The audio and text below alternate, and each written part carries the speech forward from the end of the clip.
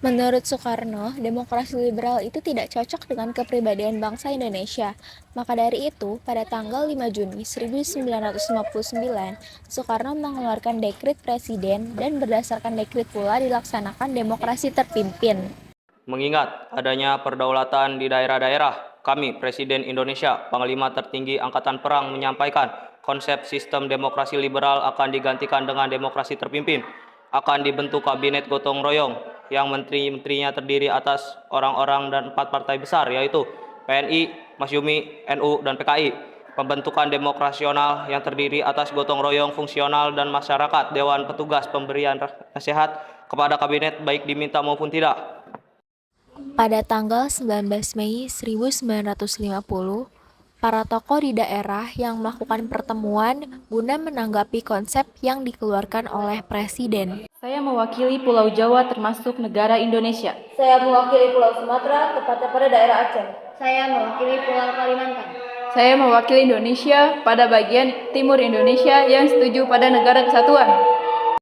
Lalu, pada tanggal 22 April 1954, Presiden Soekarno mengajukan untuk kembali kepada Undang-Undang Dasar 1945 sebagai Undang-Undang Dasar Republik Indonesia.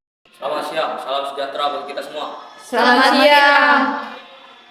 Saudara-saudara sekalian, kita sedang mengalami pergulatan nasional. Ini bukanlah demokrasi. Ini telah merongrong kemampuan presiden dan liberalisme. Hanya memporak-porakan kesatuan dan persatuan bangsa Indonesia. Kita harus kembali ke jiwa nasional dan kembali ke Undang-Undang Dasar 1945. Rekan-rekan dari konstituarter, kalian punya tugas untuk menyusun Undang-Undang Dasar. Maka dari itu lanjutkan sidang ini. Selamat siang. Tanggal 30 Mei 1999, konstituante melakukan sidang pemungutan suara. Dengan hasil pemungutan suara menentukan mayoritas anggota. Konstituante menginginkan kembali ke Undang-Undang Dasar 1945 sebagai Undang-Undang Dasar Republik Indonesia.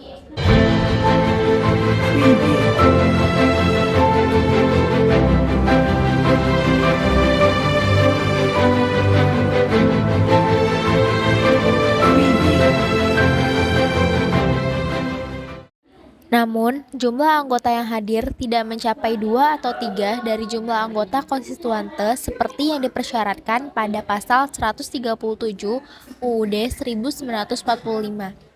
Maka dari itu, pada 1 Juni 1959, konstituante melakukan pemungutan suara ulang. Hasil pemungutan suara kembali dinyatakan tidak sah dikarenakan tidak memenuhi 2 atau 3 dari jumlah suara yang dibutuhkan. Pada tanggal 3 Juni 1999, konstituante mengumumkan untuk istirahat dan pengumuman tersebut dikaitkan dengan lapangan dan penguasaan perang pusat untuk melakukan segala bentuk kegiatan politik. Dalam masa istirahat tersebut, beberapa tokoh partai politik mengajukan usul kepada Presiden Soekarno agar berlanjutnya kembali Undang-Undang Dasar 1945 dan membubarkan konstituante.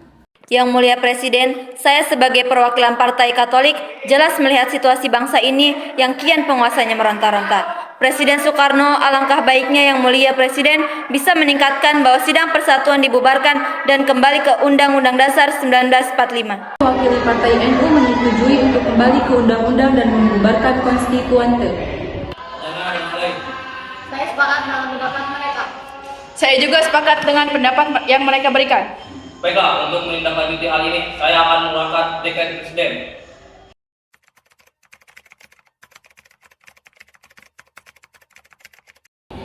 Presiden Republik Indonesia, Panglima Tertinggi Angkatan Perang menyatakan pembubaran konstituante dan menetapkan Undang-Undang Dasar 1945 berlaku kembali bagi segenap bangsa Indonesia dan tumpah darah Indonesia, terhitung dalam rangka penetapan DP dan tidak berlakunya lagi Undang-Undang Dasar sementara.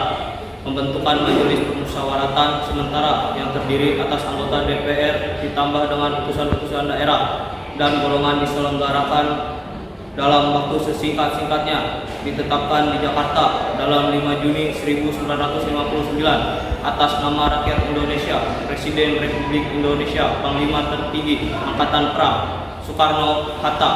Setelah terbentuknya demokrasi terpimpin, sekaligus pertanda awal dari perekonomian terpimpin, Indonesia melakukan beberapa proyek besar, yaitu proyek Ganevo dan proyek Konevo.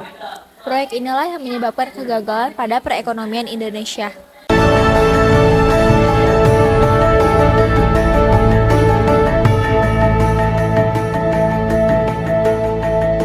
Namun, setelah melakukan proyek Ganevo dan Konivo, perekonomian di Indonesia mengalami inflasi yang sangat tinggi.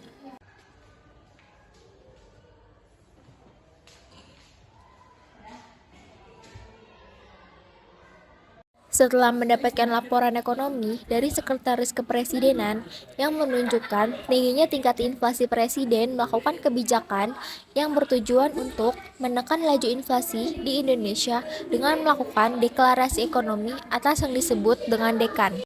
Sampai akhir masa demokrasi terpimpin dengan sistemnya, yaitu perekonomian terpimpin, keadaan ekonomi Indonesia sangatlah suram. Namun, meskipun suram, terdapat bisnis yang timbul pada saat masa ekonomi terpimpin yang dianggap menjadi prestasi, yaitu berusaha BUMN yang dikelola oleh negara, antara lain yaitu Pertamina, PLN Persero, PGN, dan Telkom Indonesia.